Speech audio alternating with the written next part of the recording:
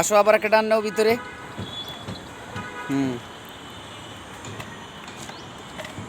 সাব্বাস।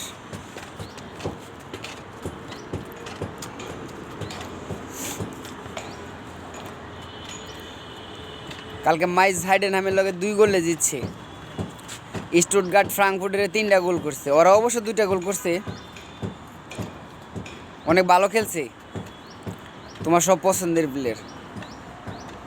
ডটমুন্ডও জিতছে ওয়েল্ডারের সাথে। আগাও আগাও। সাব্বাস।